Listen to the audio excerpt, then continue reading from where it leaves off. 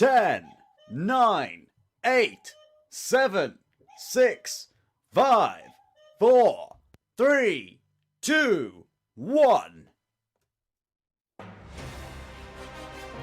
This is Teachers Talk Radio, and you are listening live. Hello and welcome to the Sunday Brunch. My name is Kalib the Merchant. Today we are discussing sports in schools. Are they more valued than other subjects? Are they more valued than other extracurricular subjects? Why is that, if that is the case? We're going to be looking at that today. Sports in schools. Are they more valued? Thank you for joining me. This is the Sunday Brunch Show, and we are on Teachers Talk Radio. This is Teachers Talk Radio, and you are listening live. Tune in live at ttradio.org, or to join in the conversation, download the Podbean app and search Teachers Talk Radio. Follow the hashtag TTRadio. Tune in, talk it out with Teachers Talk Radio. Hello and welcome everyone to the Sunday Brunch Show. I am your host, Kalib the Merchant. You may have joined me in the past. This may be your first time listening. If so, welcome. We are talking today about, of course, sports in schools. Are they more valued than other subjects? I have an extended conversation with one of my friends today. He's a big sports fan, and he had a really big opinion on this topic. So he came in to have a discussion. I think we had a great discussion, and I hope that you enjoy that. That'll be an extended discussion. It's longer than our usual ones, but I hope you enjoyed it, and it gives you a little bit of perspective on sports in schools and what he thought about it, what I think about it, and if they're more valued than other subjects. So, this is a topic I've wanted to discuss for a while. It's very important to me because I, if you do not know, was a head of drama. So I understand what it is to be a subject that is not highly valued, let's say, that doesn't get as much funding, that doesn't get as much support as other subjects. So I understand that feeling. I know exactly what that's like. We had quite a few responses on Twitter. I got some private messages. I won't say the people's names, but let's just say they have some amazing experiences when it comes to this topic. There's a variety of experiences when it comes to this topic as well.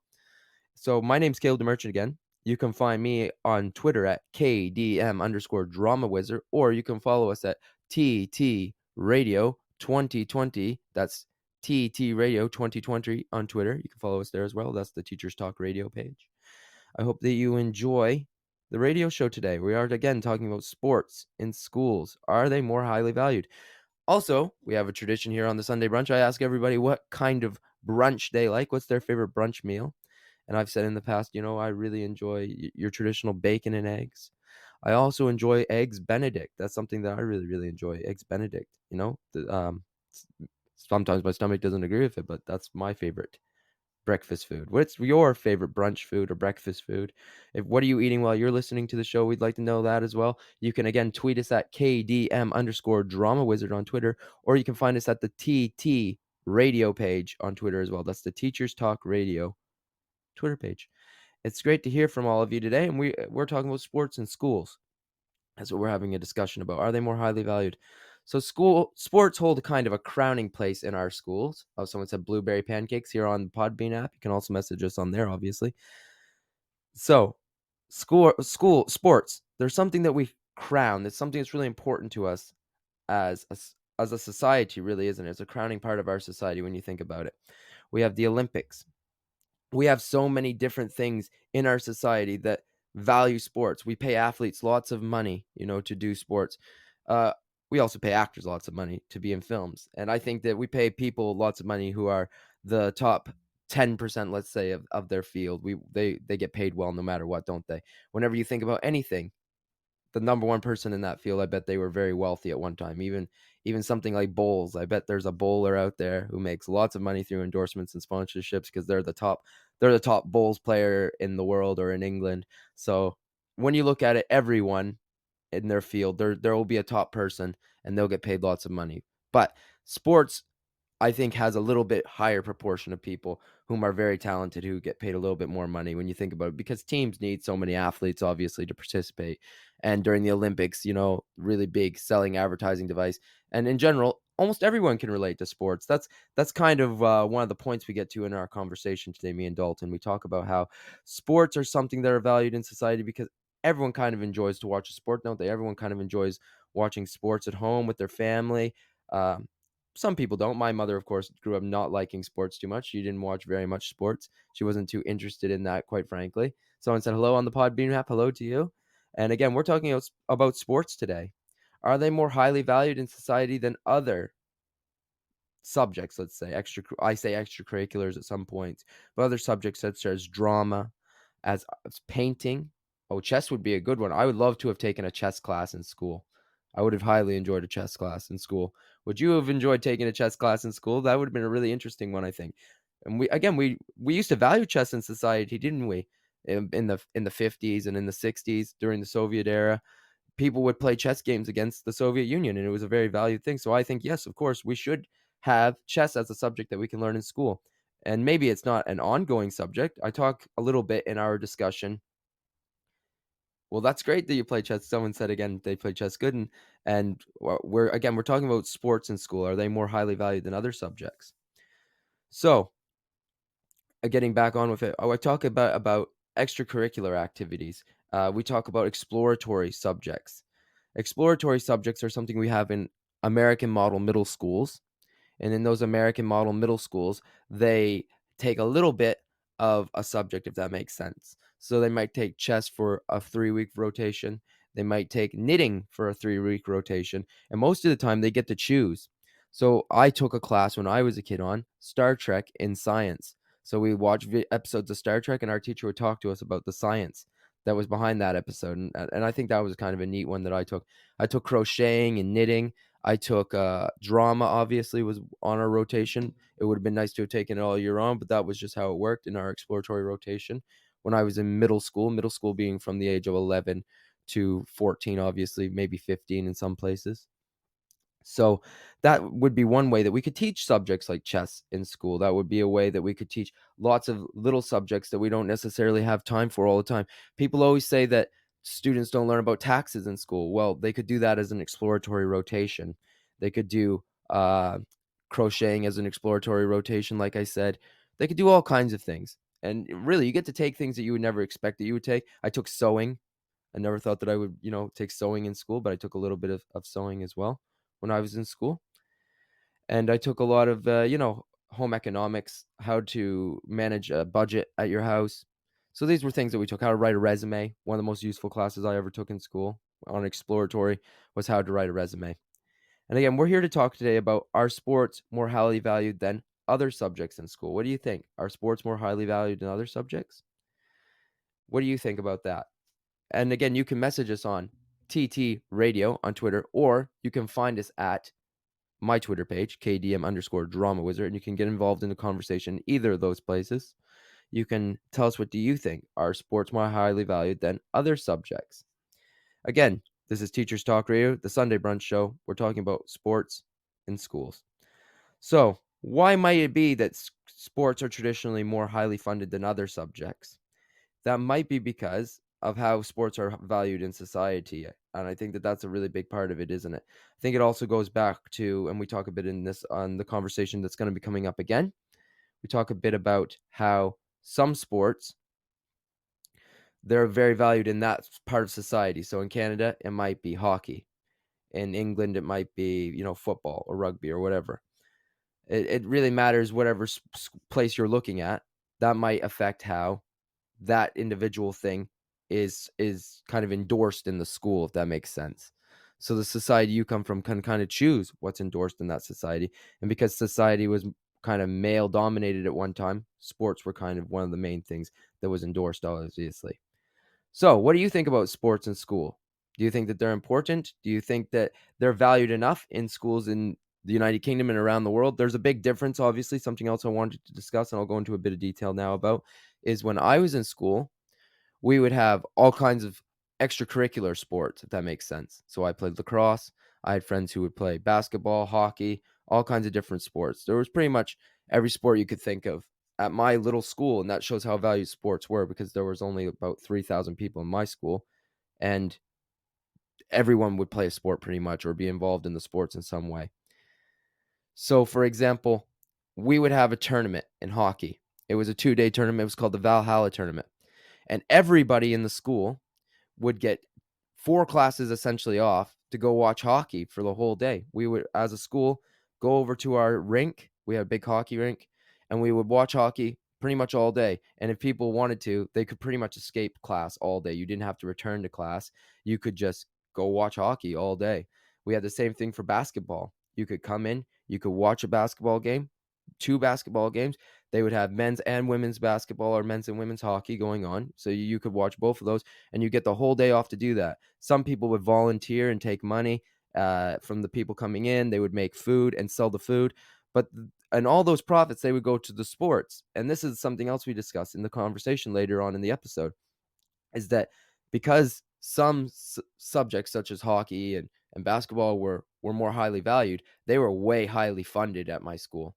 They would get their own tour bus that would be painted with the school logos on the side. They would have, brand new equipment all provided to them. They would have really great accommodations paid for by the school, like hotels and things of that nature. Whereas if you played hockey, you would get everything paid for. But if you played soccer or some other subject that wasn't as valued in my school, then you wouldn't get anything paid for, not even a ride to the game. You had to get your own ride there. And, we'd have 14, 15 games a year, maybe more. And if we had 2 a week, it might be 30 games a year. It could be even more than that. And to pay for that gas and that expense, it's quite big and expensive, obviously, for a parent. So you could see why it can affect a little bit the difference between the funding and how it's a little bit not fair. But you could argue also that those sports make a little bit more money because they're more popular and that people really enjoy those sports. So they get more funding because that's what the town values. So we're going to talk a bit more about funding in terms of other subjects as well. So I talk a bit about how I ran a drama department on 1,000 quid a year. I could run the whole department, just 1,000 quid. That's it.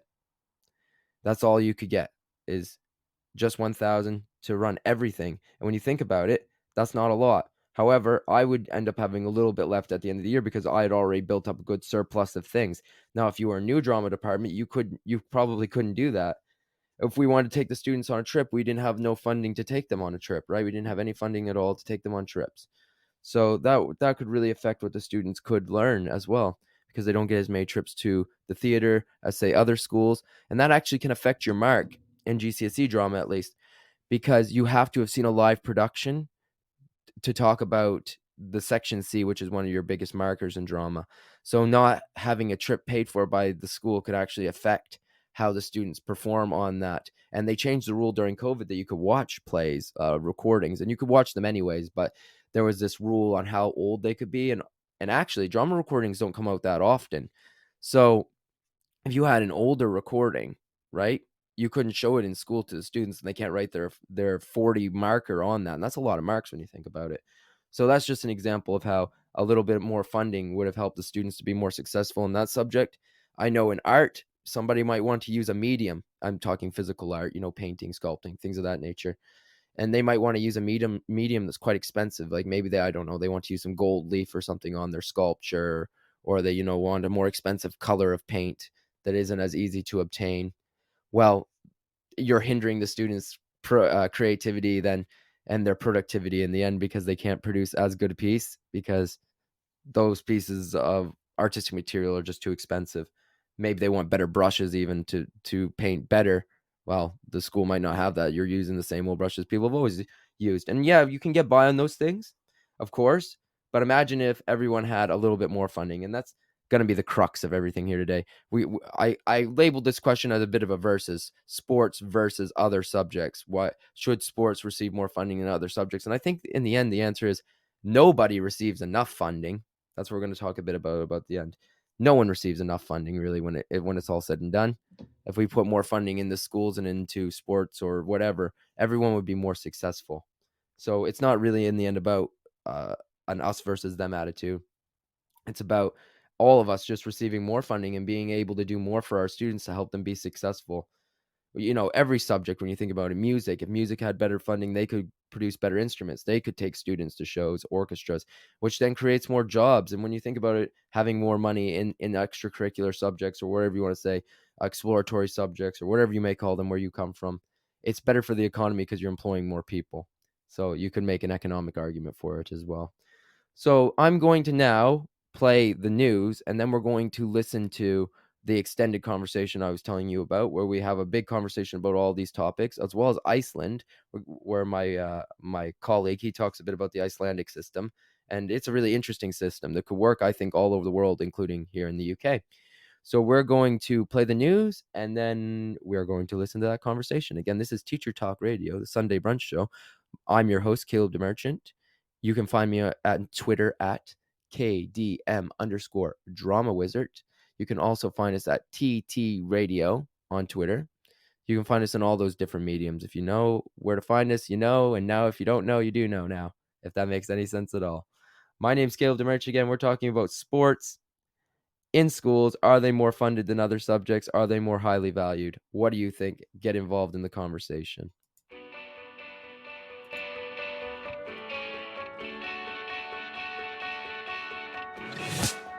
This episode of Teachers Talk Radio has been made possible with support from Witherslack Group, the UK's leading provider of SEN education and care. They're here to support you too through an ever-growing offer of free resources, including webinars, podcasts, articles, and events aimed at supporting teaching professionals like you. Visit their website at www.witherslackgroup.co.uk to find out more. Introducing UpLearn. UpLearn is an online curriculum learning resource for A-levels that improves student outcomes whilst reducing teacher workloads. Teachers use UpLearn to facilitate independent learning and consolidation of classroom material. Over 150 schools have seen great improvements with UpLearn, including St Paul's Girls' School, Michaela Community School and ARC schools. Book a demo at uplearn.co.uk and quote TTR for 10% off. That's UpLearn, uplearn.co.uk. Introducing Bulb. With evidence-based learning at the forefront of education, let Bulb digital portfolios help reshape your educational practice. Bulb helps teachers teach and learners learn. Bulb is an easy-to-use, fully accessible digital platform that captures students' digital learning assets in one place, allowing them to evidence their learning and reflect on their growth. Our dedicated team of education specialists are on hand to ensure that Bulb fits seamlessly into all of your teaching practices. Come take a look and get a free account at bulbapp.com. If you're listening to this, then we know we share one thing in common: a passion for the type of outstanding education that every child deserves. That's what makes us the leading provider of specialist education and care. We need people like you to help us achieve even more.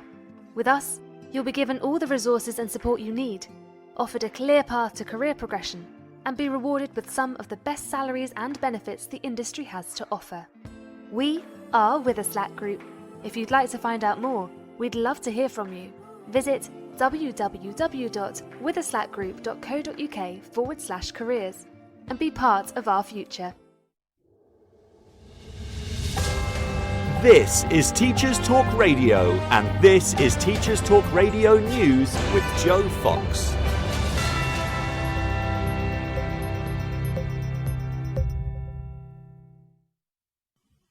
A report on the Politics Home website explores the issue of the UK granting refuge to staff and students at British international schools in Ukraine.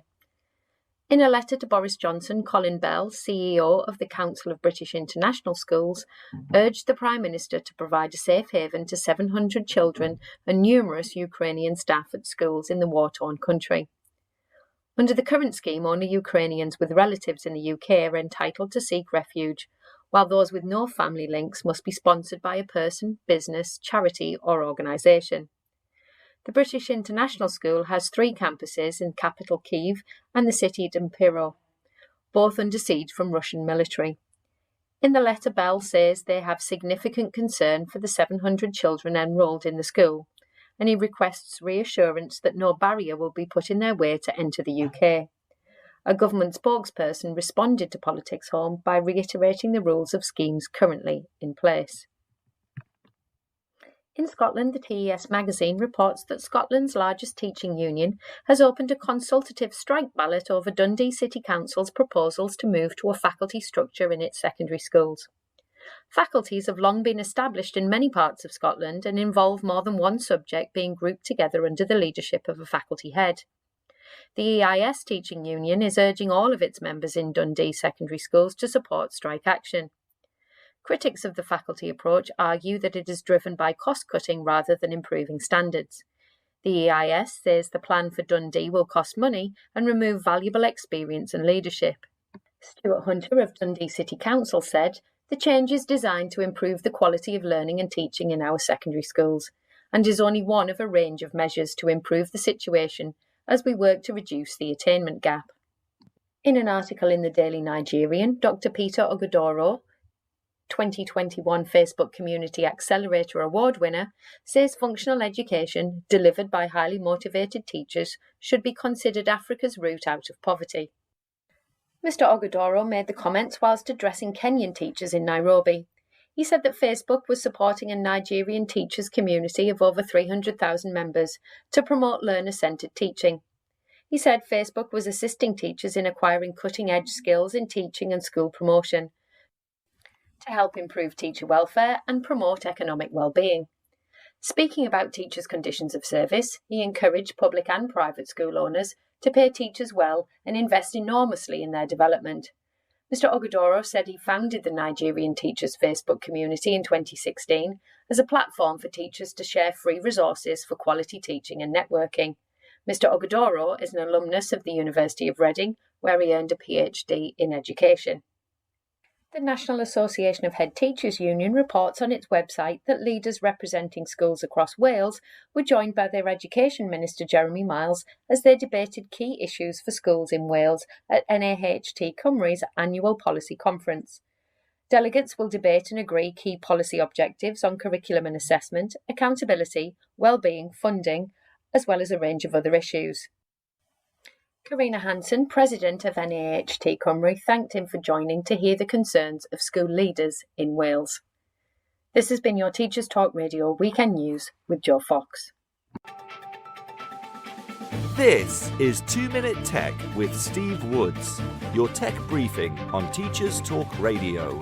Hello, today I'm responding to a tweet from Michelle Stevens at m_Stevens0, pointing out to @TeamEnglish1 that a lot of people don't know about the snipping tool, and she was compiling a list of shortcuts. The thread sparked a lot of fantastic responses and inspired today's 2 Minute Tech. Today I present Getting Snippy with It. In Windows, a simple shortcut combo of Windows plus Shift plus S opens the snipping tool. The snipping tool is like an advanced version of print screen. After the combo key press, a small menu appears giving you 5 options. Rectangle select, which is draw a box around what you want. Freeform select, which is draw a shape around what you want. Window select, which is pick the window you want to capture. Screen select, which captures the full screen or replication of the print screen button. Some may say there's no point to this, but stay tuned, there is. Finally, there's a cross to close, and pressing escape can do the same thing. If you have an interactive board, you can pin Snip and Sketch to your taskbar. Right-click the icon and select Pin to taskbar. Now you can press it to make screen grabs and not have to go over to the keyboard. Snip and Sketch also gives you the ability to annotate on a screenshot. To make this even more powerful,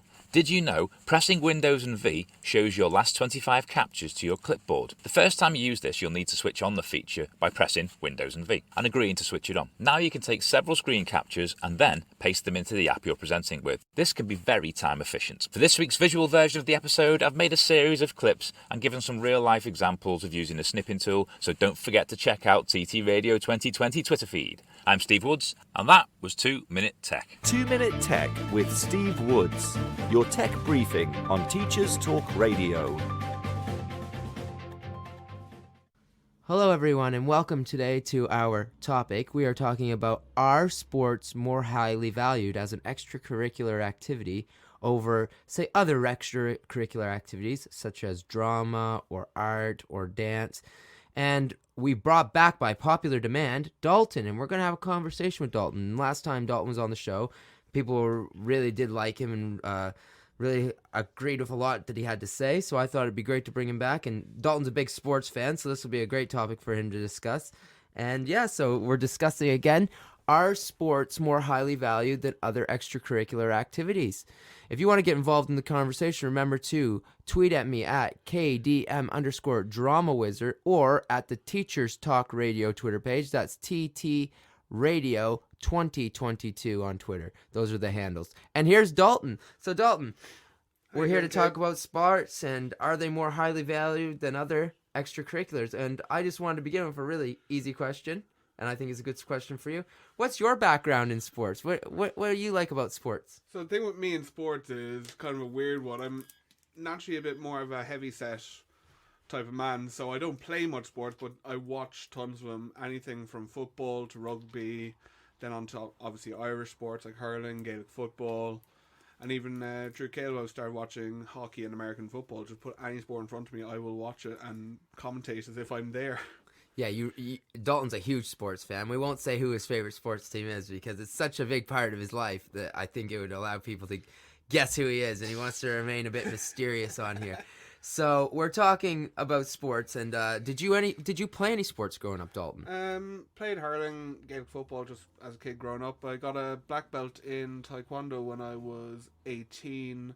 Carried that on a bit in uni, and then ever since really started teaching, it's been like lazy, not getting much in the way of sports, and it's starting to show at this stage. And what did you think about taekwondo being in the Olympics? What did you think of that? First time, right?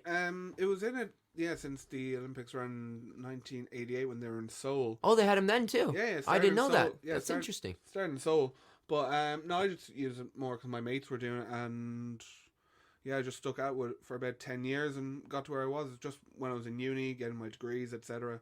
Didn't have the time, and I moved away as well, so I lost my coach who got me where I am. So it's just been annoying, but what can you do?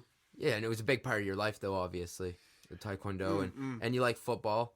You watch a lot of football and stuff like that, and rugby and all kinds of different things. So, and obviously being Irish, it's a big part of your culture, sports. Massively, yeah. We're going to talk about that a bit later on because I thought that'd be an interesting thing. But I wanted to talk to, say a little bit about my background in sports, because I played lacrosse. And I played at a very high level. I played at the university level for a couple of years. You were like one of those madmen who were in goal. Yeah, I played goal. That's right. Yeah, I played in the keeper position, and that's a little bit different in lacrosse. It can be quite dangerous to play lacrosse keeper because the ball's really heavy. It's about like 1.5 pounds heavy. No joke. And I broke my kneecap. I literally split my kneecap when I was about I think I was 18, 19. I was 20. I was 22. I remember it was about 20. I was 22. It was one of the last injuries I had before I stopped playing. I know the next year I just didn't want to play anymore. I was just like, I don't want to do this anymore. Anytime you get a bad injury like that, you always just look back and be like, is this worth it type of a thing. Yeah, but sports were a huge part of my life. Like growing up in Canada, sports are huge. So our biggest sport is obviously hockey. Hockey is like life in Canada, right? Yeah. Because since the 70s when Canada beat Russia in the hockey, it's been like the one thing Canadians were great at internationally, Like the one thing you always say to me is like every little town from about 1,000, 2,000 people up has their own hockey rink. That just feels mad for something to be so, what you call it? Entrenched. Equipment reliant to be built so frequently all around the place because it must take a huge amount of money and effort to get those things off the ground. It does, yeah. Some towns in Canada, not to go too far off topic, but I mean, this is a part of the topic. We're talking about, again, sports and are they an important part of schools and do they get more funding than other programs? And in my town, it was a huge thing. They built a $4 million hockey rink, It was a huge hockey rink. It cost them $4 million to build. And a lot of time and a lot of money went into that hockey rink and a lot of fundings. Schools had to work really, really hard to keep the funding up. So, again, we're talking about sports and are they an important part of schools? What about in Ireland? What sports are your guys' biggest sports? So where I'm from would be hurling and Gaelic football. The year is quite a successful team. But obviously you have let's say we're talking about a primary school.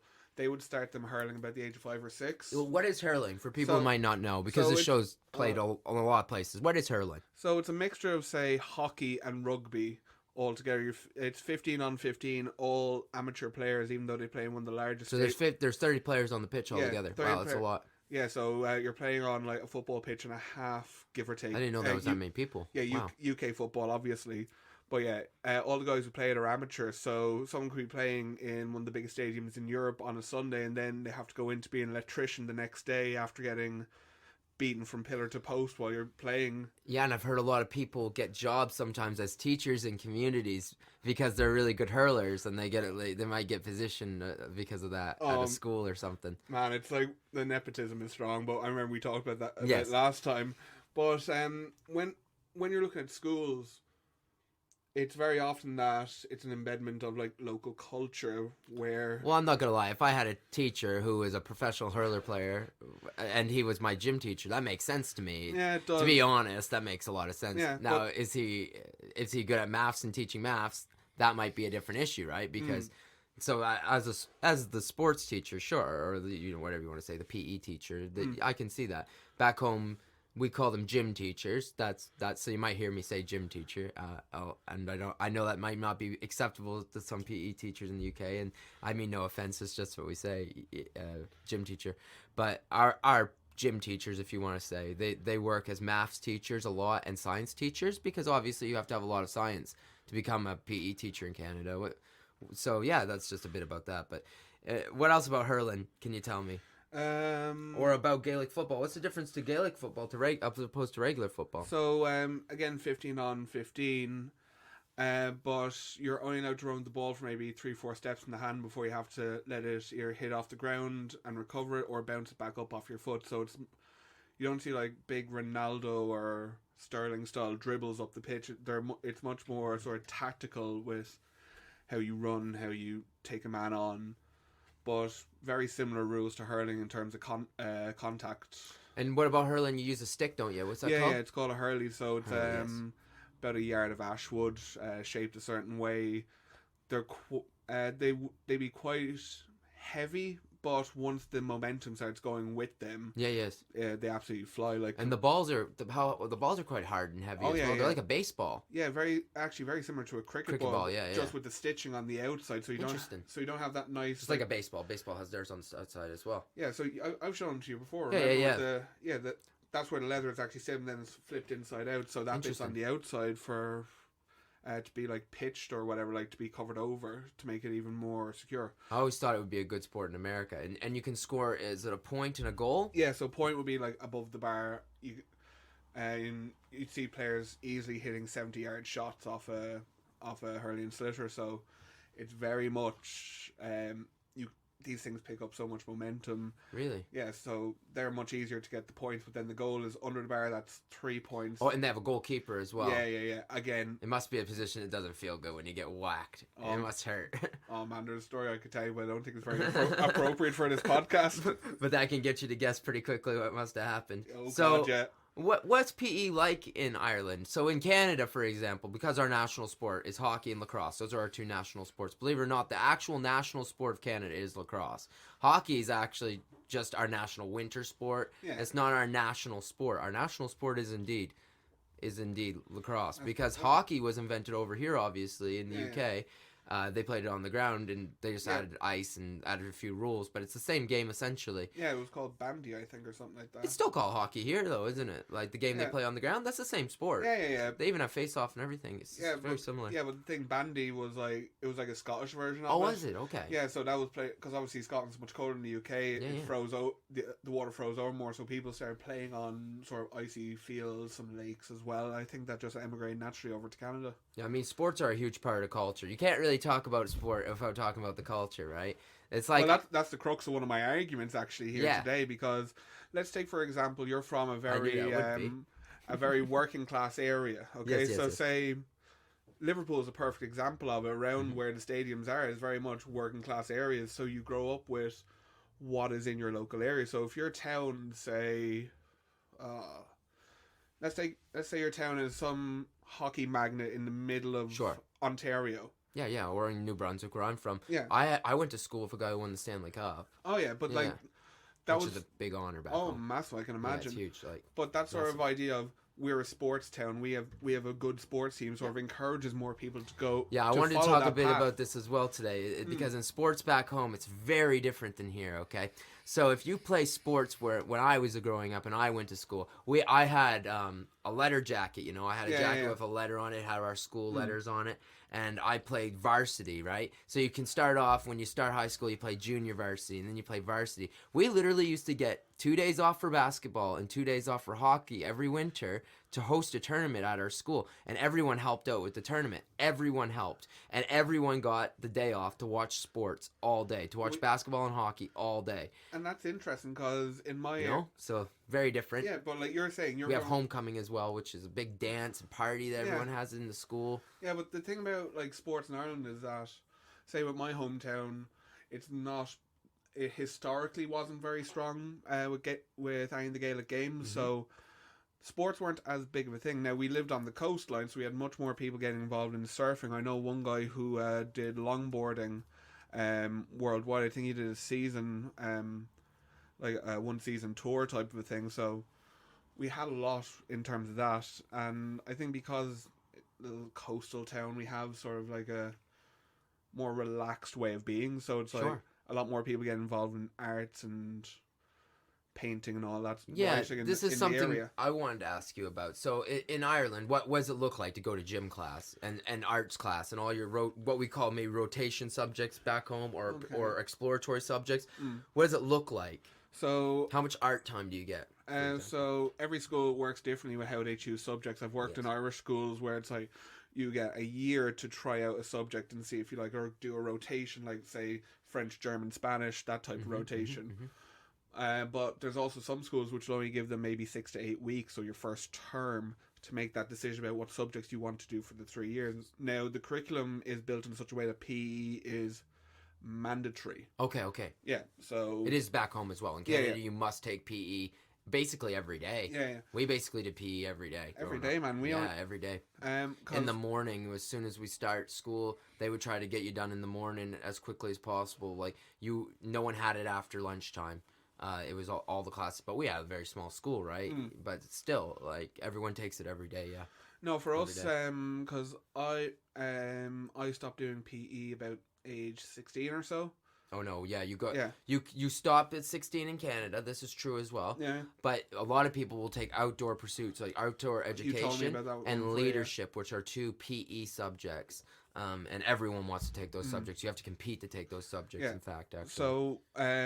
So for my first 3 years up to what's the equivalent of junior cert or the equivalent of English GCSE, I would have a. Sorry about that. Everyone had a bit of a technical difficulty.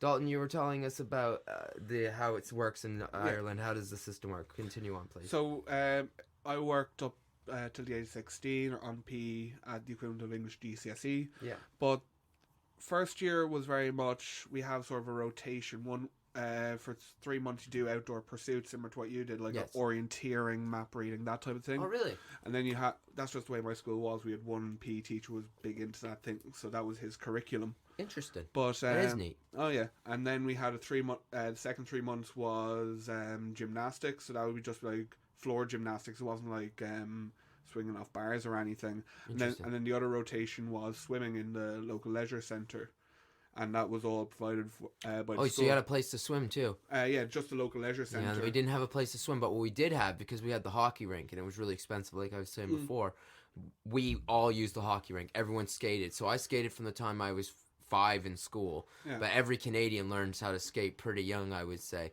But at my school, everyone learned how to skate in school. The only thing bad about it is they didn't provide you with skates. You had to have your own skates, so everyone had to go and buy skates as a part of their school equipment. And that's what, $150, $200? They're really expensive, seriously.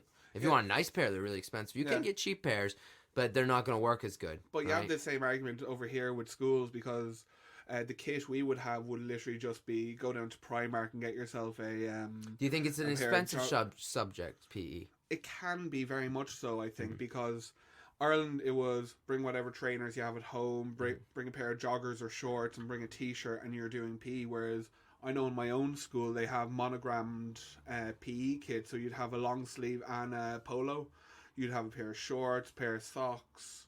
And that all had the school branding on it. And then you think as well, over here, they're much more into games. So, like, say in Ireland, when after that first year of PE, we would just be in the indoor basketball court in our school, either playing football or basketball. Okay. It was just old school bad PE teaching, where it was literally put the ball in front of a load of teenage boys, let them play for half an hour, 40 minutes, and then get them back in, get them Play ready football or wherever you want. Exactly. Okay, yeah. okay. Yeah, we never had free play in PE growing up. They had a curriculum like Yeah, here. yeah. Well, I just think it's a sign more of the Irish idea of PE, because let's say... It should be about play. No, I'm saying it's actually the opposite. Is that the teacher isn't getting involved in actually showing them good practice. Okay. So Irish PE is very much the case of... Do they teach you the game beforehand? No, it's just like, no, they're not showing you any skills. They're not showing you any tactics or whatever. Okay, it's just ball, go, and then he'll go sit in his office or Okay, whatever. yeah. So it's very much like the teacher's clocked out. So I think the teacher isn't engaged. Do you have it every day? No, it would be, I said earlier, a double every Sorry, week. I missed that. Double every week. Okay. Yeah. So Only once a week? only once a week, yeah. Wow, one double period once a week. No. How much do they have it at your school here? My own school, I think it's 2 doubles a week. Yeah, I think it's the my same. own school, I think yeah. it's the same at the school I taught. Yeah, but obviously the Irish curriculum is much different. We take 9 to about 11 or 12 subjects at GCSE, whereas I know over here Really? it's They take that many? Yeah, I did. So for my own GCSE, I did English, Irish, maths, science, business studies, art, DT, history, geography. Did I say science already? I think so, but yeah, it's still. And civics, that was the one I You was did a missing. lot, though, yeah. RE as well, so that's 11 I did. Yeah, see, in Canada, you have to take certain subjects. Everyone has to take English and maths every day, pretty much. And then you choose a stream. So you either go in the university stream, or you go into, practical, I'm going to be a builder, or whatever you have you. Yeah, you pick your trade early time. Community college stream, it's called back home. And then one or the other, you either go to a university or community college at the end. That's how most people do things. You don't have to do it that way. At the end, when you're done school, once you get your diploma, it's up to you. But yeah, people will take I took powertrain and chassis, which is a car mechanics course. Really handy course. I've used it a lot. I took woodwork. I took IT. But I take subjects. I took lots of science subjects. Yeah, because I know in Canada you get much more choice, whereas over here you do get a lot. Yeah. Whereas over here, it's much more here's an assigned curriculum. I have a colleague who did 3 years as a student in Canada. Okay. And he chose stuff like geology, anthropology. Yeah, I had geology. Really out there Physical subjects. Geography, it was called. Yeah, but you wouldn't have that sort of abstract thing over here. It's No, very I much know you wouldn't. Yeah, I know. It's a That's prescribed what all of our subjects too are credit hours. So just like at university back home, in high school, you have to choose your credit hours. And I had to have 60 credit hours in art subjects to go to my university because it was an art school, right? So I had to have 60 credit hours in that. So I had music, I had native history, I had world history, European history. Actually, this actually brings up a kind of an interesting... Pre- and post World War II. Brings up an interesting question. So you're saying that you knew you wanted to go to this university? I didn't know that. No, I took those subjects because I was interested in it. Now, how the system should Okay. work is by the time you're done, whatever you measure out to having the most of, well, you measured out that way because that's what you're interested in. Therefore, that's what you should go to university for. Okay. Ideally, people will plan it, obviously. But No, for me, I did not plan it. I just liked those Okay. subjects. I liked the teachers, But so do I you took thi- the classes. Okay, but do you think doing that sort of more creative curriculum Although got I you d- more into the drama world? It's a good question, and I also, this is a good point as well. When I was in school, you would choose your classes, right? You would choose them, but they didn't have to accept you into those classes. And also, the teachers could say no. And also, for example, so when I was choosing my classes, it's hard to explain, I guess, because it's so different than here. You have to choose 120 altogether, basically, from year 9 until year 11 or 12. That's how it was in my school. Yeah. And the last year of school should be doing nothing more than thinking about what you're going to go into and trying to tailor your courses to get more in that subject. So you have to pass at a certain level. Now, I wanted to take university level subject, and my teacher told me no. My teacher said you could not take it because my dyslexia and my dysgraphia. They said you'll be too much work for the teacher, so we're not going to let you take it unless you can read Lord of the Flies out loud. I talked about this the last radio show. So unless I could read it, I wasn't allowed to take it. But my mom kind of complained, and I was allowed to take it in the end. She said if he ever fails, then he won't retake the class, basically. Yeah. And I never failed a single subject. And they thought I Well, would. They thought I'd fail all my subjects. That's why they weren't going to let me take it. It's- But the point is you choose, basically. Are you going to Yeah. be a builder, a mechanic? Well, then you take community college stream. If you're going to be a doctor or a lawyer, you're going to go to an arts school like I did. You take university stream. Oh, okay. Yeah, and those are level 1 being the highest, or AP is a little bit higher than that, advanced placement. Or you can take level 3. And level 3 is like lowest of the lowest level, and Yeah, just sort of getting by, whatever. it's like it's remedial. It's called remedial maths and remedial English. You can't take less than a level 2 to go to university, so you have to take a level 2 or higher to go to university. Yeah, it's like I took AP English, for example. It's like over here with the college system though, that level 1, 2, 3. Yeah, as well, where level 1 is literally below GCSE and challenging. Oh yeah, in Canada, level 1 is really difficult, but AP is even more difficult. You can get university credit hours before you even start university in Canada by taking AP subjects. Wow. So I knew lots of people in Ontario. You can take this is the thing about Canada. It's really crazy. So people might be listening and going, well, that wasn't how it was when I was in Canadian school. Well, that is because the Canadian school system differs per province. So Canada, like where I'm from in Canada, New Brunswick, it's based a lot on the French school system and the Irish school system, interestingly enough, Dalton. Your school system inspired ours because they went and studied your school system when they were developing the Canadian school system. This is true. Well, the New Brunswick school system specifically. And inclusivity, I think, is a big part of Irish system, is it not? Yeah. It's a huge part of the New Brunswick system. Yeah. So New Brunswick has to be fully inclusive, and what that means is even if somebody might have a lot of trouble being in a class because of their own barriers to learning, well, they have the right to be in that class. They can't be asked to leave. Even if someone's a big behavior issue, you can't remove them to another teacher's class, even as a disciplinary tactic. Oh yeah. They have to be able to stay in the class, or they get the boot out the door of the school. That's the way it is in New Brunswick. Yeah, right? A lot of Irish schools work like that as well, because Irish school campuses are much more open. When I was going to school, which was very common with a lot of people about my age at that point, you could literally disappear for 40 minutes, an hour during your lunch break. You could go home if you wanted to. You could go to the local shops. Well, I have actually a good question. Getting back to the subject at hand, sports. And other subjects in school. Did you go to sports? Like, did you watch your school in sports events growing up? I would go to my school versus another high school on a Friday night hockey, basketball. No, it wouldn't be Saturday nights, whatever. And it would be huge. 3,000 people at the hockey rink watching it, maybe more. No, right? it wouldn't really work like that, because there's such a big culture in Ireland about having links with your own community. So, like, say hurling under 16s between schools in the Munster Cup or the Ulster Cup or whatever, that would be the team goes out. So the county team, you mean? No, the like say 15 to 25 kids who are on that team, they go out, and the what other age team, group is that? So under 16s. Under 16, midget, midget. We call it back home. But they would just go out during school hours, so they might leave, I don't know, 10:30 to be at a fixture for 1 o'clock, and then they'll just be dropped back to school afterwards. But they're just sort of brought off as that group. They don't get supporters. They don't get this, that, or the other. Really? There's no like supporter seating or anything. No seating. Oh man, we have like bands that play at the hockey rink. We'll have like halftime shows basically where like people will perform. Like, it's huge. Like here's Carla from down the road. Yeah, somebody might tell jokes or sing songs or whatever. Yeah, I mean, we have performers who come and perform. It nearly brings a tear. They sell food at the rinks and at the basketball games and stuff.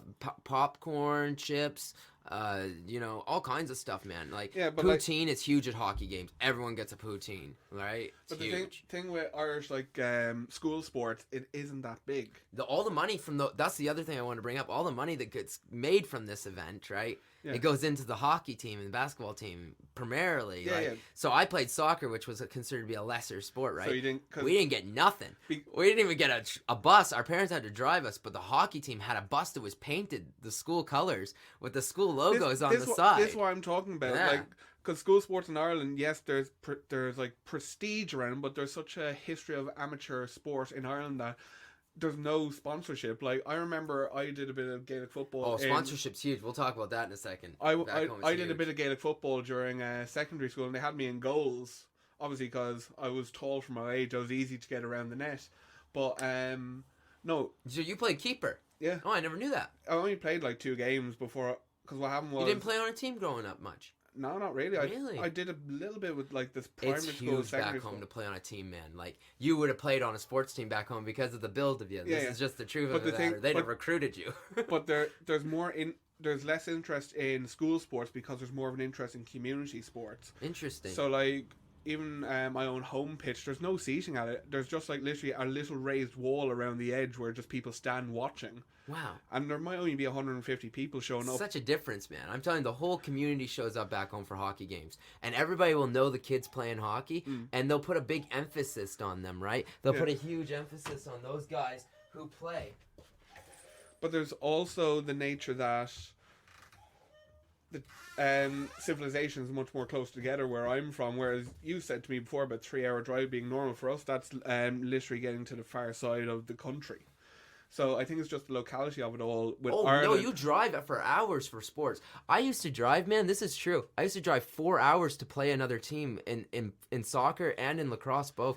I used to play on a soccer team. It was a AAA team, which is like, okay, so back home, sports levels are very important. So I played what you call pee-wee when I was really little. I played pee-wee lacrosse and pee-wee soccer and stuff. And then I played pee-wee baseball and all this stuff. And then as you get older, you move up 2 levels. So you can then play junior and then something called midget. And then there's something called bantam. Okay, there's different levels to it. But if you're really good, if you're like a standout, you get to play varsity, right? And playing varsity means you get a jacket. It means you get like basically your equipment paid for, your travel paid for, everything's paid for certain teams. Now this is the thing, right? Like the hockey team, like I said, they had us bus with the logo and stuff painted on it. But soccer, we didn't get that. In lacrosse, we didn't get anything. Now I played for a AAA team, which is outside of school. So beyond varsity, the next level up is AAA. And then beyond that is provincial, and then beyond that is collegiate. So I played all those levels actually in lacrosse and in soccer both. Ireland does something very similar. That you play up the age group, so you start under 5s, then 6s, 7s, 8s, all the way up. So obviously people are flagging off the older you get. So as you no one flags off back home. It's extremely competitive. I went to a soccer tryout one time. This is no joke. 4,000 people tried out for this team. Man, 4,000 students, but then, all 16 years of age or older. But then this goes back to what I'm saying, because Ireland's sports are so community based that you're only allowed to recruit from your area. So like this is what I'm saying to you. It's not like that back home at all. You can go 3 hours away. Yeah. I played for a team 3 hours from the house I lived in. But I suppose that's same in a French community, not even in an English community. That's same as like the UK though, like where you see like kids from Watford or Southampton being signed by the northern It's exactly clubs. like it. Like I had a kid last year. He got picked up by a team in the Midlands. And I didn't see him for the whole year. He just kept emailing me papers. But now he's 16, completely independent, living with a football club, getting his education from there as well. Yeah, so sports are extremely important. Do you think there's any other school activities you would consider to be important growing up for you or growing up in your community? What were some other activities that were as important? I was... Rotation subjects. I was obviously the bit of a outcast when it came to sports. I did play them, but not very much. But I had a lot of interest in IT growing up. Okay. So during our lunch breaks, the computer suite was open. Our school was only about 350, 400 kids, so we only had one big computer suite that could host 36. So oftentimes we would double up classes in there. Wow. But it's not like over here where schools would have multiple computer labs that could be booked in and whatever. It's just we got the computer room every day open at lunchtime. So yeah, we used to play StarCraft in hours. Yeah, we had Counter-Strike set up across all of ours. But like that's what sort of got me interested, because I saw like. But it does get you interested in computers and in networking, doesn't it? Because you have to set up a network to play these games back in the old days. So yeah, that got me very interested in like sort of how stuff worked, and then sort of like I started to move away from sports once I got more into the IT side of it, and then that sort of IT natural. Would you say that was a well-funded department at your school? I think. As well funded as sports. Oh yeah. It really? was, okay. Definitely. It definitely wasn't at my school. I'll be honest. It definitely wasn't. My school, it just had one of those teachers who was a real maverick. He was on the old Apple IIs and all that. Okay, like Lisa's and all that. Yeah, he was on like the proper first wave of home computers. So he got a job in the school teaching economics and IT, and yeah, he just really got the computer lab like really well set up. What about at schools you've worked at? How are other subjects funded? Like, would you say I was a drama teacher, obviously, and I'm just gonna come out and say for drama we were given basically £1,000 to run a whole department. Okay, That's crazy money. Not great, to try right? and run on, like. Yeah, but I don't blame the school for that. That was just what it was given. You know what I mean? There was nothing they could do about it. Yeah, it's just the way it's just the way the cookie crumbles. Yeah. And we know for a fact sports are better funded than that, and that's because it is an expensive subject to run. Yeah. It is. You need to buy equipment. Yeah, because I think you need to make sure it's safe for the children and everything else. But it would have been nice for drama to have a bigger budget. Now, this is the thing about drama. You can do it on any budget. I believe if you wanted to do drama right now, just me and you, in the clothes we're wearing, the things around us, we could perform drama, okay? I believe that. Probably could, yeah. Oh, we absolutely could. They used to have something called closet dramas back in the old days that they performed inside of houses as like a party game. Yeah. So everybody would like read the part and basically you got to watch a movie together that you're in. So it's like a group improv type Yeah, sort of thing. absolutely. Nice. And it was a game people played back in early Victorian times, earlier than that even. And they were well known, and a lot of them were written by women. Actually, it was some of the first European works written by women were closet dramas. Interesting thing if anyone wants to look it up. So we know you can do drama on nothing. Okay, the idea of drama and the actions, it doesn't require anything. They're free skills. They're something that we can all do. But that doesn't mean I don't think that it should be underfunded. But you know, the thing about drama over here is, people aren't going to go out of their way and see like an independently thought up thing in school theatre. Like they'll go to local theatre houses, drama clubs. You and might see say that though, but I visited schools recently, and one of them had 500 people come over 3 nights. So in this very small community, I won't say where it was or anything. I don't want to give any of that away. But this very small community, to have 500 people come for 3 nights to see your show, that's really good. And it was because the people in the local community enjoy seeing these shows. And actually at our university, this is something else. I went to a really nice drama university, and people would come to see the shows. Like from all over, they would come to see the shows. And like they would fill every night of the production. And I'm talking, this is big seating, like 2,000 people probably. And they could fill it if they wanted to. I've seen them do it every night for like 5 nights. No, you don't get much of that, I find. Especially in It's harder here. But what I was trying to say is that the reason drama needs so much more funding over here than it would in Canada, where you are into more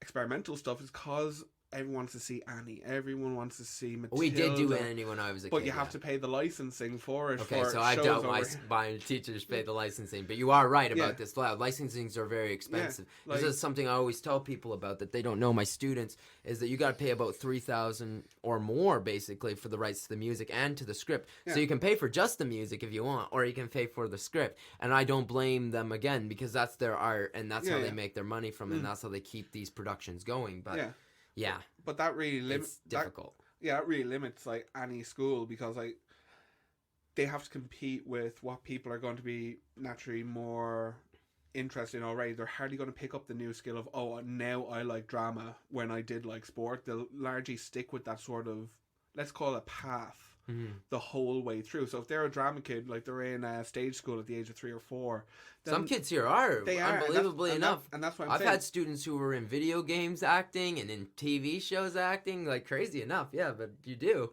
Yeah, you do get it. And that's what I'm saying. Like, because they have that interest, because this is another big issue. You never see that in Canada, by the way. Yeah, not in a million years. You see it very rarely in Ireland, but like, whereas like some kids would just be like, they were given a ball to go kick around their mates, and any kid can play football, exactly, right? I get what you're saying. Any kid can play football, and I do think that sports are a very primordial thing we do, and a very important thing. It gets adrenaline going. You know? I love sports. I don't want anyone to think I don't love sports. I do love sports, and I do love drama. I love them all. And I think, though, I wanted to also ask you about something, Dalton. You talked to me once about it, and it gave me a good interest in it. I never ever even thought about it until you mentioned it to me. And it's sports in Iceland and after school activities in Iceland. Yeah. You were the first person to tell me about this. Could you tell everybody a bit about that? I find it the most interesting case study of reducing youth lack of interest, really, because kids today are so apathetic. In Iceland in the 1980s and early 1990s, there was quite a high rate of alcohol use and abuse, drug use and abuse, and smoking under the age of 16. So not a lot of youth ambition in the community. So the Icelandic government basically said each family gets a grant. I'm not sure on the monetary amount. Yeah, you don't have to be specific about it. No, but just guessing, obviously. Yeah, every family essentially gets a token that your kid gets to do an activity. It can Yeah, if be they want to play ice hockey, here's the equipment, here's a team play. exactly, yeah, like stuff like that, music, football, even art. They had to do something, or else the parents are fined for not using the government's money. Yes. So I think it's something like within 4 years of this program getting set up, all the problems I mentioned earlier are completely just dissolved. Yeah, like they're still there. Obviously, a society's never going to be perfect, Obviously. but the number had dropped significantly. But then kids had something to do. Kids always say to me, I don't have anything to do here. There's nothing to do in Luton. There's nothing to do here. There's nothing to do there. And that might be, like, maybe the Icelandic system might work well in the UK. I think it actually would. You want my opinion? I think it would. Think so, I haven't done a study or can say that definitely. But to me, I feel it would work. Because if you look at the early 2000s and into 2010s, you've so much Icelandic influence coming in on the world. Like their football team, for example. Yeah. In the Euros, and bands such as Sigurðs, Tyr, a lot of Icelandic music has penetrated across. Like some of those bands have toured with like the metal crowds around Europe. That's cool, yeah. And Sigurðs, obviously, or how we pronounce it. And then they all got together in one of these groups. They took their money, they bought instruments with it, and started a band or whatever. Exactly, yeah. Interesting, yeah. That's really cool. Like obviously, did it have to be do you know this? Did it have to be a program, like an actual program, or could they say like I bought a guitar and a drum set for my kid and they they were like. It wasn't just like, here's a grant, now learn guitar in your room. You had to go to classes. You had to go to classes. Very cool. And I think that's the important part, right? To give the parents the money and to make sure that they're in a class doing something. And that would run after schools. Every day, basically. Yeah, because the English, when you think about it, the English teaching day is quite short. You only have 6 days. To be honest, I mean, a lot of people will listen to it and go, no, it could be shorter. No, obviously it could, but I've always advocated for... If you do a period 6 every day, so you're working 9 till 4, and then you get Friday off.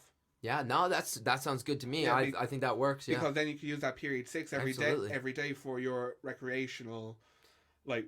But maybe during that day off, kids could have like tournaments. They could have like little things that they can go to and things that they can do, and that way the parents aren't going, well, what are we going to do about childcare? Well, actually, it's like a day of clubs basically. They could do exploratory all day. You know, exploratory in Canada is when you're in middle school, you have one subject a year, in 6, 7, and 8. And it's a rotation subject, and it can be literally on anything. I was talking about this on last radio show, so I did one class. You'll like this, Dalton. We took science, but from Star Trek perspective. So we watched a Star Trek movie, and then our teacher would teach us some of the science behind some of the things in that movie. Right? Man, that is really cool. Like, really cool. Caleb knows me quite well. I have a bit of a potty mouth, I'll be honest with that, but I'm trying to hold in swearing so much from this concept of you are giving... So what age is... I was 11 years old. So you're giving an 11-year-old... But I had like 12 and 13-year-olds and 14-year-olds in my class. Yeah. Because you take it with everybody. So anybody who was interested would take one class. I took one on crocheting. I took one on knitting, sewing. I took one on like ironing and maintaining my clothes, cleaning your house, WHMIS, Workplace Hazardous Material System, which is like... What does the skull and crossbones mean? What does the hand with the bones mean? And all this other stuff. So you learn basically what all the symbols meant so that you could do harder things. Like I did wood shop also. I did computer, IT, did all kinds of classes. But that was exploratory. So I always thought like maybe like what you're saying, a Friday could be filled with like things like that. And it would give more time in the regular week for quote unquote, core subjects or whatever. They could have more than... Or, they could go about it in a different way. It would alleviate time in the school day for more things, I think. I think so, yeah, because you're not trying to fit in, pardon the teachers who are listening to this, of music, drama, art, media, where there's a lot more saying... You're not squeezing it in. They'd have more time. Yeah. That's what I'm saying. Instead of having 1 hour a week, you could actually maybe have 2 hours a week with them because you're only teaching it on a Friday, basically. Yeah. Yeah. Yeah, because that's obviously the way the colleges work over here, where it's very much come and go when needed, but... I just don't understand why the college system has to be so different from the regular system. This is something... I know back in the old days in England, they used to do things where you would go into streams like they do in Canada now. I mean, that's an old system, and they used to do it here, didn't they? But they changed it a long time ago. But I don't always think that maybe that was the best decision. Sometimes I'm like, kids would benefit more. Like if I'm going to be... Let's say I'm going to be a mechanic. I'm going to be a mechanic. I know that. My dad owns an automotive shop. I'm going to do it. Yeah. So why can't I start from the age of 11 doing things focused towards becoming a mechanic? But then you have to look at it as well.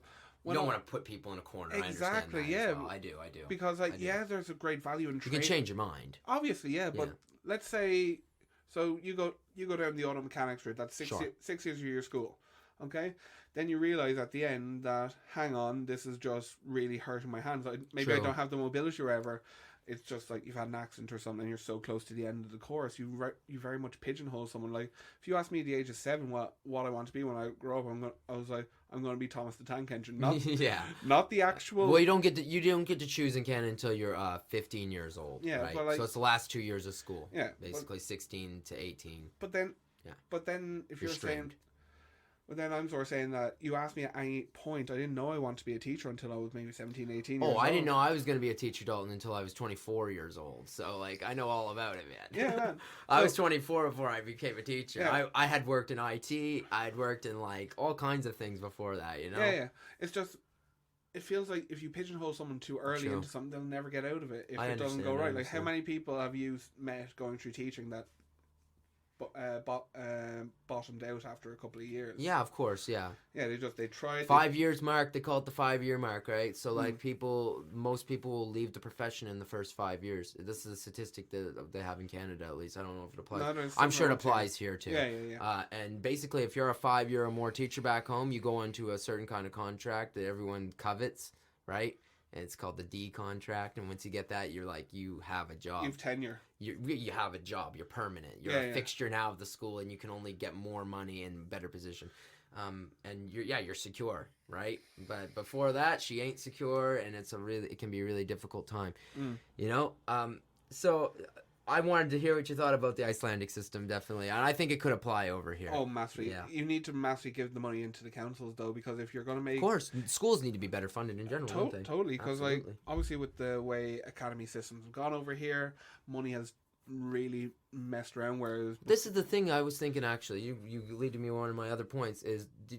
academies, unique selling points for them can be that they're a drama academy or they're a sports academy, but sports must be the most common one. So by logic's sake, by opening something different like an arts academy, you would be different. You'd be a unique selling point. But they tried that though, man, in the 90s, and it didn't work out. It just ends up with the school getting the problem we saw earlier of grants for, you're a French school, here's your French grant, and then giving that over to say football, whatever. It just, the money wasn't used appropriately, and then we're getting into the same problem as earlier, pigeonholing a child too early. So maybe if it was run through these after school programs, basically you're a music person, you went to university for music, we want you to become an instructor for music after school to music students. It could offer more jobs. They come in this many times. It would it'd be a massive creator of jobs. Imagine you could run a history club if you were a historian, you've graduated, you don't know if you want to be a teacher yet, you run an after-school history club, kids get to come in and basically do archaeology, you might get them to dig little fake fossils and things of that nature, right? And sort of do plans and studies. I can see that working. Of course, yeah.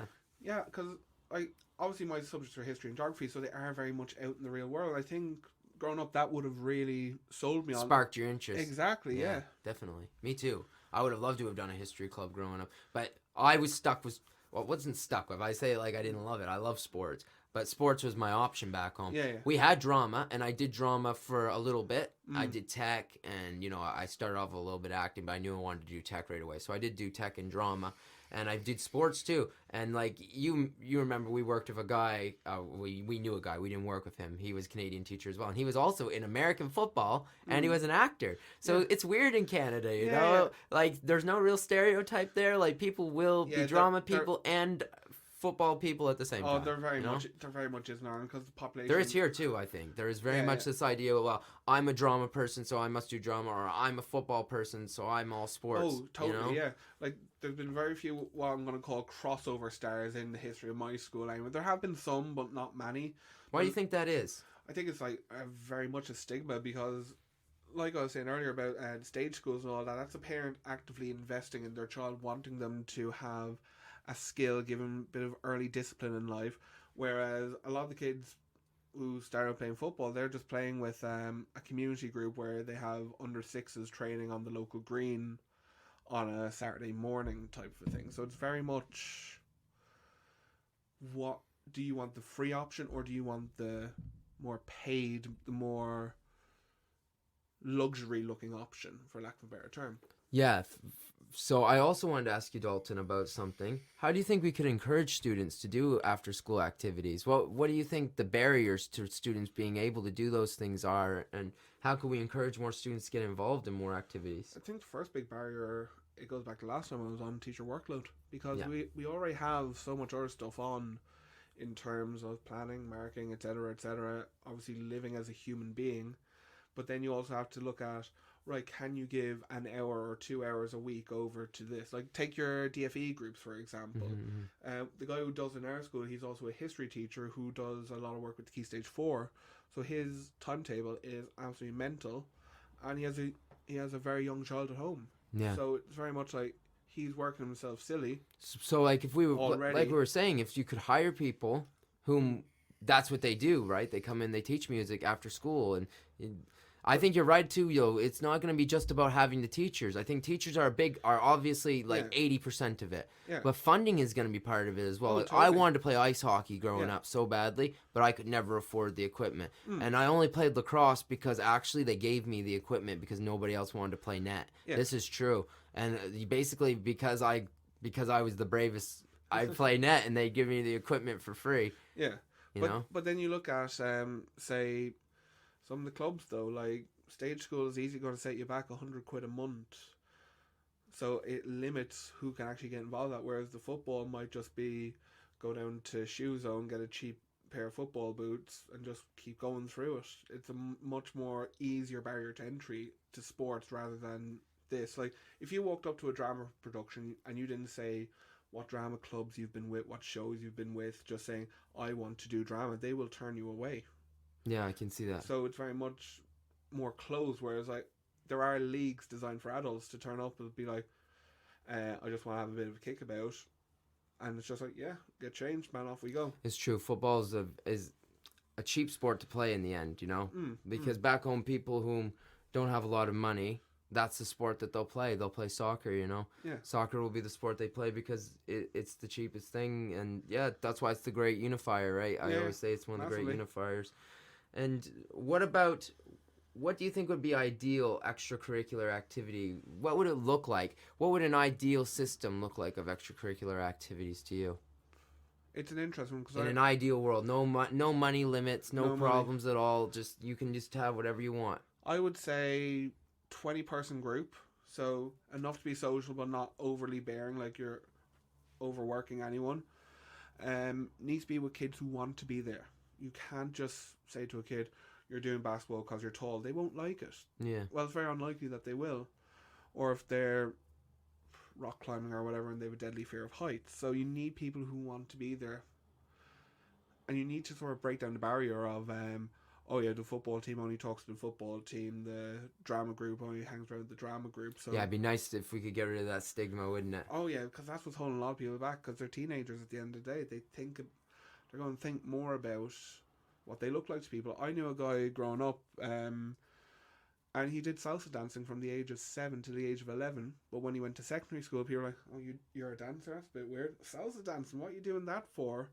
They'll actively like exclude him because they see it as unusual. You need to break this idea of what is usual, what is unusual to a child. You need to keep everything a bit more ambiguous. Like, it could be this or it might be this. But it's a very hard thing to break once it's set in. Like, we've seen pictures from football stadiums of people doing salutes, middle fingers as children. Yeah. So it's very much, it's bedded in by the people around them to sort Yeah, of well, take- sport, this is another thing I wanted to talk about just before we end, is parents put a lot of pressure on sports kids back home. Oh, hugely. So back home, like, you will have a grown parent swearing at a child and throwing things at them in hockey. Like, they take it that seriously. And that's the dangerous part about sports being the hugely. way they are back home, you know? Did you know there's a big problem with Kids are basically like entertainment to them in some ways. or living out failed dreams? Yeah, true. Yeah, but there's a big thing over here, especially about hiring new referees. No one wants to get involved because you need to be doing your badges. Like, I've refereed an under 16s and under 6s match, but you should get that when you're 14 or 15.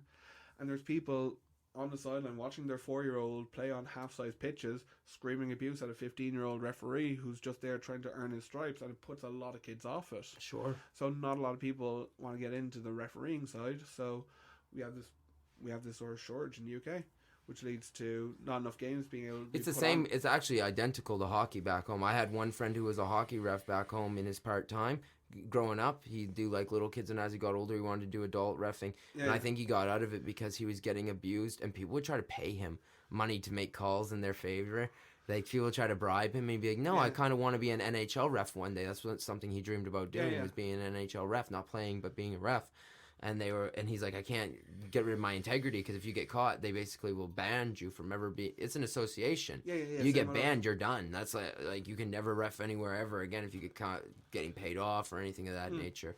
So yeah, he took it really seriously, and people would make fun of him for taking it seriously. I always felt bad about that for him. Like, it wasn't a good situation for him, you know. Yeah, And like not great. No. yeah, you've probably heard the stigma as well of everyone who's into drama is homosexual. Like, that stopped a lot of boys, especially. Oh yeah, there's a big stigma and a falsehood in this. You know, Oh, this huge, is obviously and not true.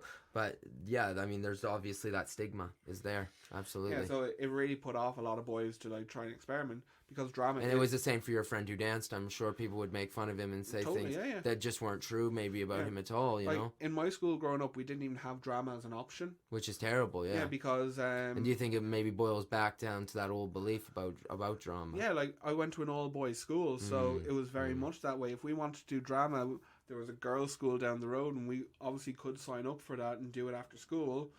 But it was. But why should you have to go to the girls' school to do it? I guess is Is that what you're saying. Exactly. Yeah. Yeah, they're just never the interest. in Because school. there was this idea it was effeminate or something. Exactly. Like we had two massive DT rooms, a woodwork room, But it's and weird, a isn't metalwork it? room. So It's- a lot of the male focused subjects. It's like culinary, right? It's considered to be an have that. effeminate thing. Didn't have that. But then either. the highest level people highest level chefs are men, right? And it's the same thing with drama. We consider it to be an effeminate thing, but then the male actors are far outpaid the female actors. Oh, yeah. So it's sexism all around.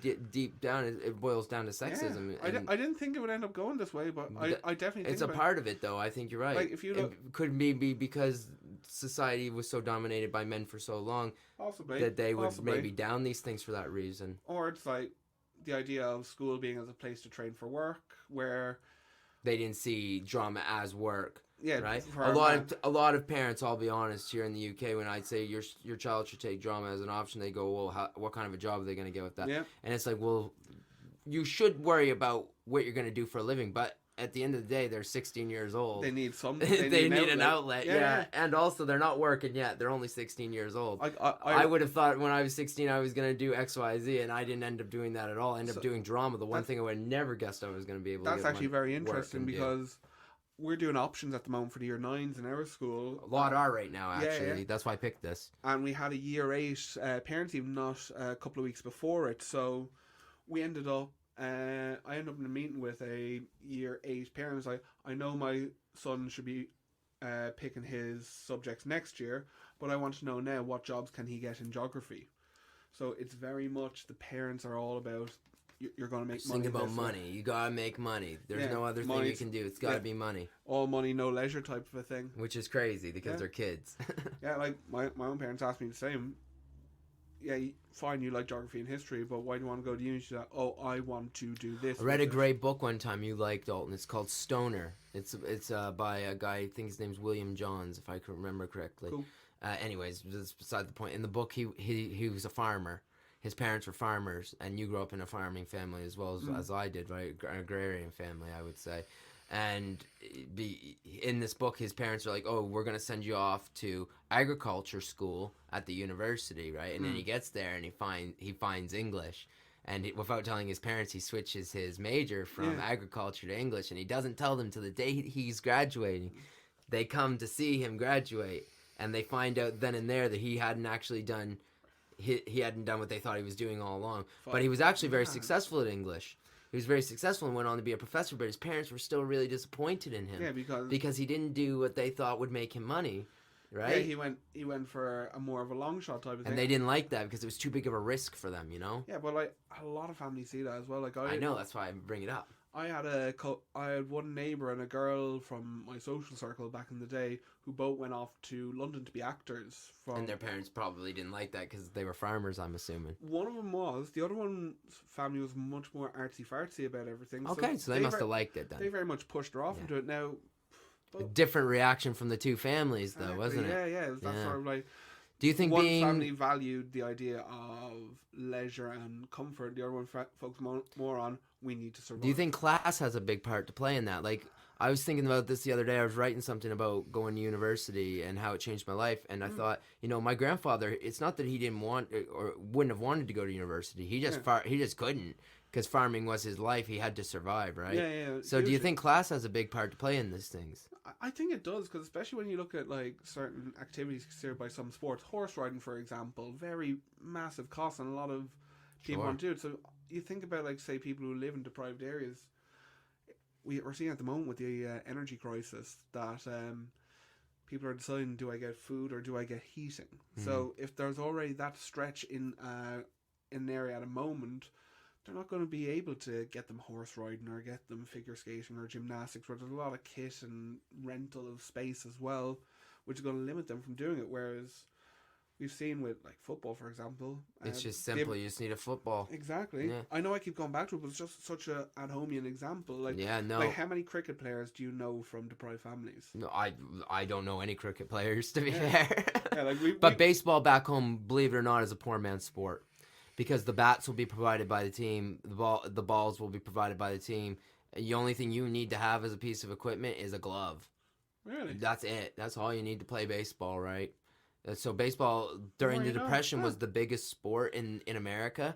It was the most popular sport because it was considered to be the poor man's sport, basically, the great unifier. Yeah, it's very easy to sell, like, an afternoon of entertainment for, at the time, probably $1.05. Oh, yeah. No, everyone came to the Yankees in games back in the old Bronx. You can hear stories about it. I'm a big Yankees fan. But then... people come to the Bronx and watch them. But then you look at American football, say, where it's very much... It's like football, but football was a rich man's sport. It was played primarily in the universities. No, that's where it started. That's what I was just about to say, the whole idea of the college draft. It was a university thing, basically. Yeah. Oh, I went to Boston University, I went to Harvard, I'd play rugby, and then eventually rugby became American football. They added the forward pass, and they added different things. Believe it or not, football is just a form of rugby. Oh, totally, yeah. That's all it is. It's rugby with a forward pass, basically. And then you look at the scrum happens every play, right? Yeah, but then it goes on to the idea of, like, your child goes to Oxbridge, for example, or goes to Loughborough. They're going to have much more access to these. Down south in America, it's not about which NFL team you support. It's about which college team you support. Even if no one in your family's ever gone to Alabama or wherever, any of those universities, or could never afford to go to those universities, you still buy and support those teams because that's more of a local team than any NFL team. Yeah. And it's a source of pride. Some of the biggest stadiums in the world, people might not realize this, are American football stadiums. In the college. Like the bowl in California, the California Bowl. I think it's in Pasadena. Yeah, it's South California. It can hold 150,000 people or something like that. It's the biggest single sports stadium in the world. I think, and that's an American football college stadium. So, fact check on that one. Biggest stadium is in North Korea, 195,000 it can hold. I meant in maybe the Western world as well. Yeah, but I think a lot of those stadiums as well, they max out maybe 110, 120, but which is still much bigger than anything on a European scale. But that's a space thing, though, isn't it? Huge, they would build bigger stadiums here if they could. There's just no space for it, or a demand for it, really. Maybe I think you could fill the stadiums more than they are. Like let's look at not Old Trafford, but Stafford Bridge. It could be much bigger. Oh, easily. They could easily fill Stafford Bridge with more people, but they choose to make it a smaller stadium. But but look at Arsenal, for example, where they have a 50-odd thousand person stadium, but they have the highest season ticket in the world. It's so expensive, I know all about it. I've never saw Arsenal. I used to love Arsenal growing up, and I still can't afford to go to an Arsenal game to this day. And that's where it goes. Like if you're limiting people from, like, any sort of activities like that, you're not going to get someone who's interested in that. So, like, I know a lot of kids with season tickets for local team here, And they go every weekend. Some of them go away as well, but they're from more well-to-do families. Sure. Whereas we still have a lot of kids in our school who So support even the in local sport, team. even in sports, it's not totally equal. Yeah.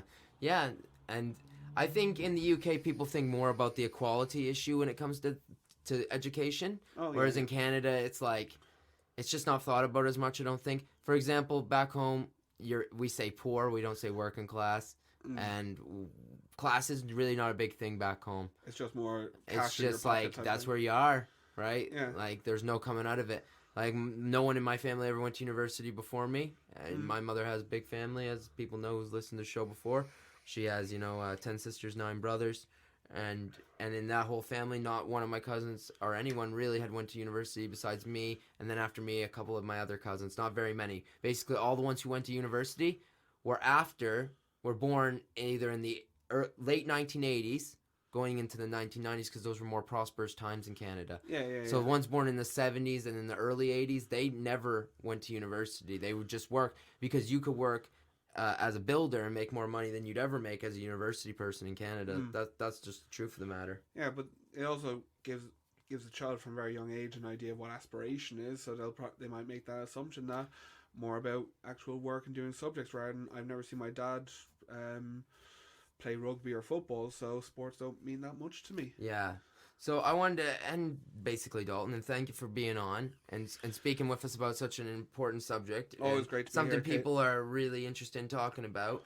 And to remind everyone, we're talking about, are sports more highly valued than other subjects in school, say drama or something of that nature? And what do you think of that? Do you think that that's fair, or do you think it should be more equal, like me and Dalton have been discussing here today? Do you have any closing remarks, Dalton, you wanted to make before we ended? No, I just want to say thanks very much for having me. It's always a great pleasure to be on here. It's always nice to And Dalton was rattle very away. popular last time he was on. This is actually true. We got a lot of tweets and responses about how they really loved what you had to say.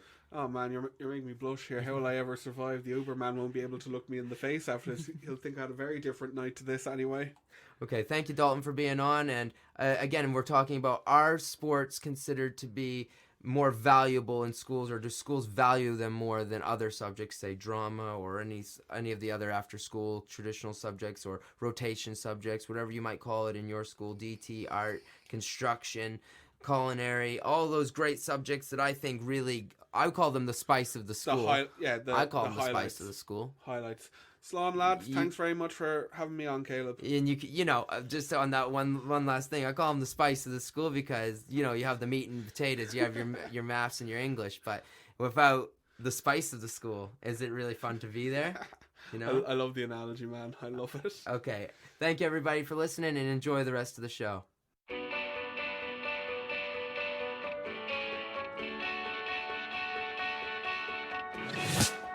This episode of Teachers Talk Radio has been made possible with support from Witherslack Group, the UK's leading provider of SEN education and care.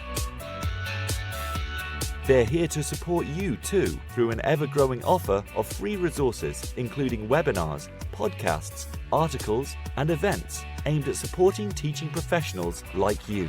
Visit their website at www.witherslackgroup.co.uk to find out more. Introducing UpLearn.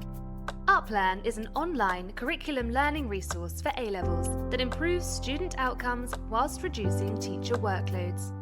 Teachers use UpLearn to facilitate independent learning and consolidation of classroom material. Over 150 schools have seen grade improvements with UpLearn, including St Paul's Girls' School, Michaela Community School, and ARC schools. Book a demo at uplearn.co.uk and quote TTR for 10% off. That's UpLearn, uplearn.co.uk. Introducing Bulb. With evidence-based learning at the forefront of education, let Bulb digital portfolios help reshape your educational practice. Bulb helps teachers teach and learners learn. Bulb is an easy-to-use, fully accessible digital platform that captures students' digital learning assets in one place, allowing them to evidence their learning and reflect on their growth. Our dedicated team of education specialists are on hand to ensure that Bulb fits seamlessly into all of your teaching practices. Come take a look and get a free account at bulbapp.com. If you're listening to this, then we know we share one thing in common: a passion for the type of outstanding education that every child deserves. That's what makes us the leading provider of specialist education and care. We need people like you to help us achieve even more. With us, you'll be given all the resources and support you need, offered a clear path to career progression, and be rewarded with some of the best salaries and benefits the industry has to offer. We are Witherslack Group. If you'd like to find out more, we'd love to hear from you. Visit www.witherslackgroup.co.uk/careers and be part of our future.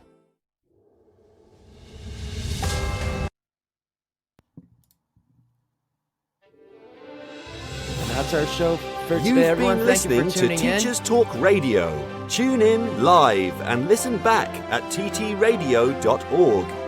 We look forward to hearing from you next time on Teachers Talk Radio. Thank you for tuning in, everyone. See you next week. This is the Sunday Brunch Show with your host, me, Caleb Demerchant. Thank you for tuning in.